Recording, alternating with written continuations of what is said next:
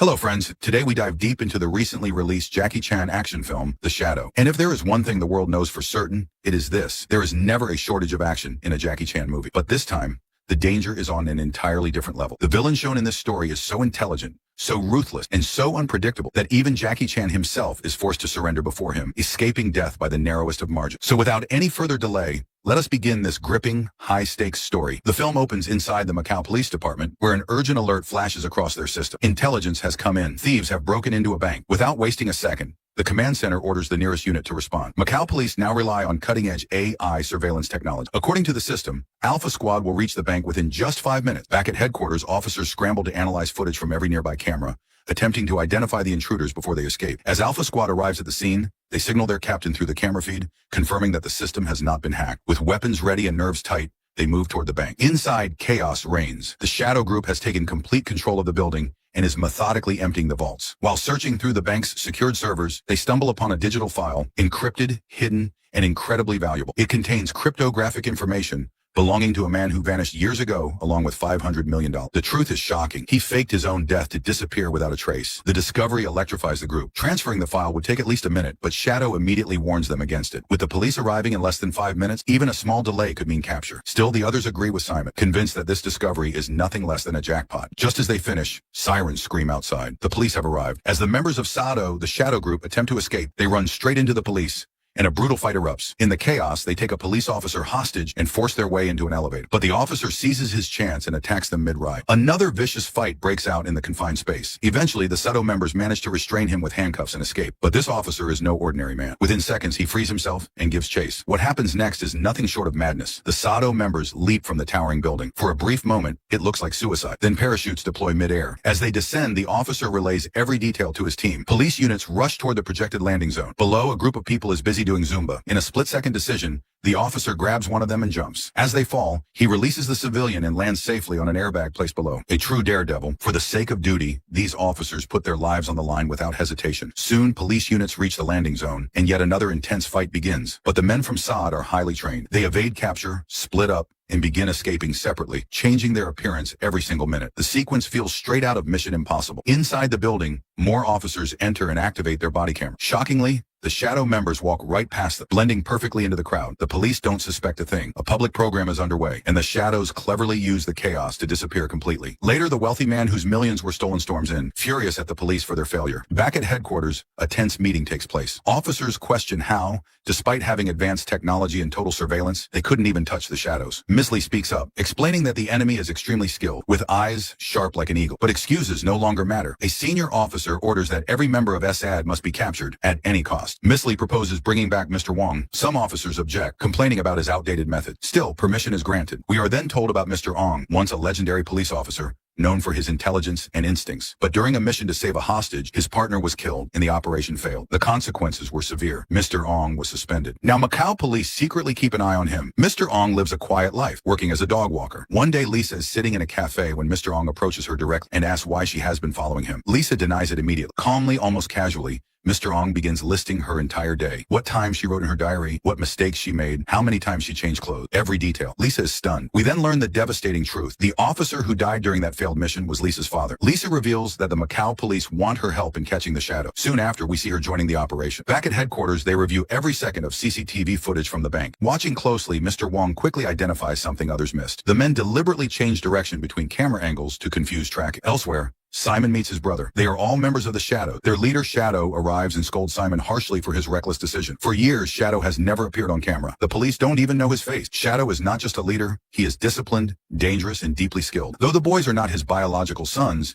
he raised them like his own. Still, the younger ones argue that times have changed and their methods must change too. Shadow disagrees, believing the old ways are superior. From the footage, the police managed to capture a single blurry image of Shadow. Mr. Rogg explains that Shadow knows every police officer in Macau. Cameras cannot track him, but he watches the camera. To catch him, They need a completely new team. People who live like ordinary citizens, not like police. Approval is granted. The next day, new recruits arrive. Mr. Wong deliberately ignores the handsome, athletic candidates. Instead, he selects overweight men and extremely skinny ones, faces that don't stand out. He trains them to observe everything, what people wear, what they carry, how they move, how they react. He teaches them how to behave naturally when a suspect is right in front of them. The training lasts 12 days. Afterward, they begin monitoring areas where the shadows were last seen. The team lives among civilians, working regular job, because if the shadows see police, they disappear instantly. 7 to 8 days pass. No leads, not even a trace. Lisa grows frustrated. Working closely with Mr. Wrong, she questions whether this approach will ever work. Mr. Wrong reminds her that he is still on duty, and during their longest mission, it took 8 months of living like civilians before they caught their target. We then see the past of the shadow member. They were all orphaned. Sadhu raised them, fed them,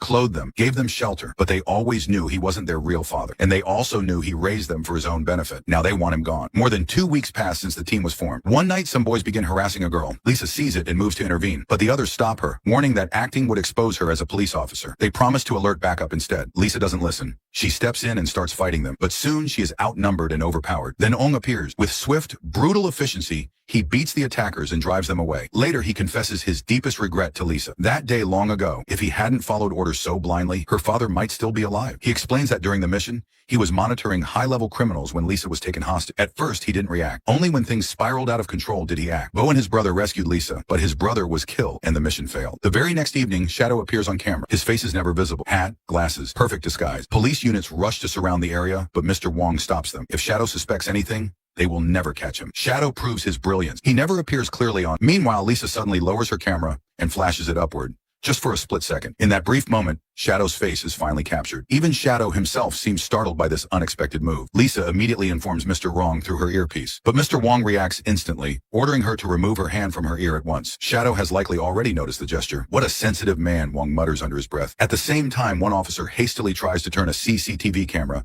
directly toward Shadow's face. Mr. Wong immediately stops him. Shadow senses it anyway. He always does. Without reacting outwardly, Shadow calmly walks away. Now Mr. Ong's men begin tailing him, but Ong sternly warns them to keep their distance. It's fine if he slips away, he says firmly, but he must never see you. Soon they identify the apartment building Shadow has entered. As Shadow is about to step out of the elevator, Lisa approaches him, pretending coincident. The moment Mr. Ong hears this update, he rushes toward the location. Both Lisa and Shadow behave like ordinary people, but deep down, Shadow knows. He knows she is a police officer. They enter the elevator together. The doors close. In that suffocating silence, Shadow slowly reaches for his knife. He is moments away from killing her. But just then, Mr. Wrong steps into the elevator at the last second. The doors reopen and close again. Immediately, Mr. Wrong begins scolding Lisa loudly, acting like an overprotective father. How many times have I told you not to associate with that guy? He snaps. He's not a good person. He even removes her Bluetooth device himself, pretending concern. Lisa plays along, gently fixing her hair. Shadow's eyes fall on her ears. I told you, Shadow says casually. You always lose your earring. The moment feels disturbingly normal. While they chat, Wong's Apple Watch camera, secretly installed,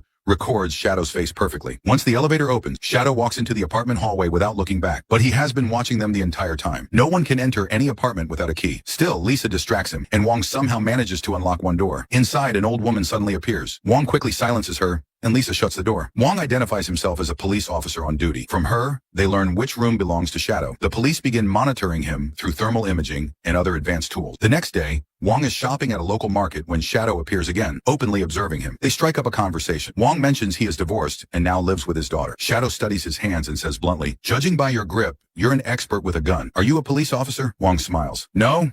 Just a lot of cooking at home. I'm good with knives. Both men pretend ignorance, but both know the truth. Wong buys fish, Shadow buys forest vegetables. They decide to have dinner together. At Wong's home, Shadow carefully inspects everything. He realizes they claim to have lived there for years, but the signs suggest only 2 years at most. Still, Shadow cooks the fish beautifully, and they share dinner. Shadow asks Lisa question after question, details she and Wong don't always match on. Somehow they manage. After dinner, Shadow leaves. Police officers are secretly watching, but Shadow detects them. Simon hacks their camera, blinding the surveillance. Later, a hired assassin attacks Bong, and a brutal fight erupts. When Lisa returns to headquarters, they realize their mistake. The cameras were hacked. Surveillance footage shows Lisa and Wong together, but Lisa is clearly positioned in front, hiding Wong. They rush toward Wong's apartment, but Simon alerts his man, who escapes instantly using advanced tech. The next day, Wong and the team plan to capture the remaining members of Sado. Simon grows increasingly frustrated. The police now know too much, so Simon turns to the dark web and hires contract killers. That evening, as Sado walks alone, police follow him. Meanwhile, Lisa and Mr. Ong are leaving headquarters when a massive truck slams into their vehicle, sending it crashing violently into the building. These are Simon's hired killers. They open fire,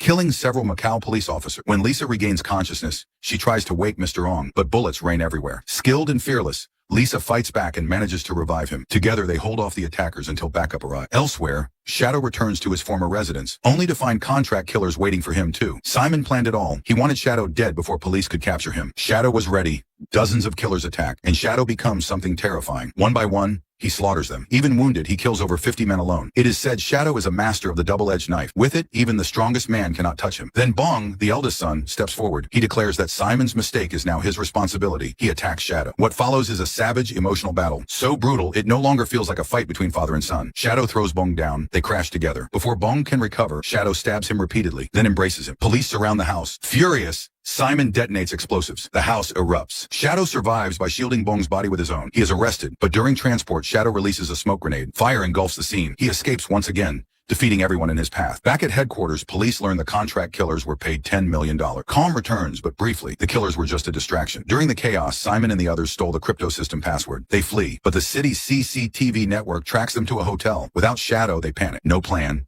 No escape. Police capture them all except Simon. Then Shadow appears. Simon raises his weapon, but Shadow catches him and stabs him repeatedly, killing him instantly. Again, Shadow vanishes. At headquarters, Wong realizes only Shadow and Simon knew the password. The money still exists digitally. Wong investigates the account owner and learns the truth. The man paid Shadow $50 million for the passport and never informed the police. Finally, Shadow is spotted at a railway station. Police rush in. In a cafe, Shadow finds Lisa alone. Danger peaks. He knocks her unconscious, but Bong arrives. Another brutal fight follows. Shadow defeats him. Lisa wakes. Shadow leaves Wong gravely injured. "I've called an ambulance," Wong tells her weakly. "Don't worry about me. Follow him. If he escapes again, we'll never catch him." Lisa runs. She loses him, then finds him again. This time, the police surround Shadow completely. At last, Shadow is arrested, and with that, the story comes to an end. The movie is thrilling, intense, and complex, especially with its mix of theft and digital technology. Some details may feel confusing, but the experience is unforgettable. Let us know how you felt about the story in the comments. If you enjoyed it, like the video. And if you want to stay connected, subscribe. Until next time, bye-bye, goodbye, Tata.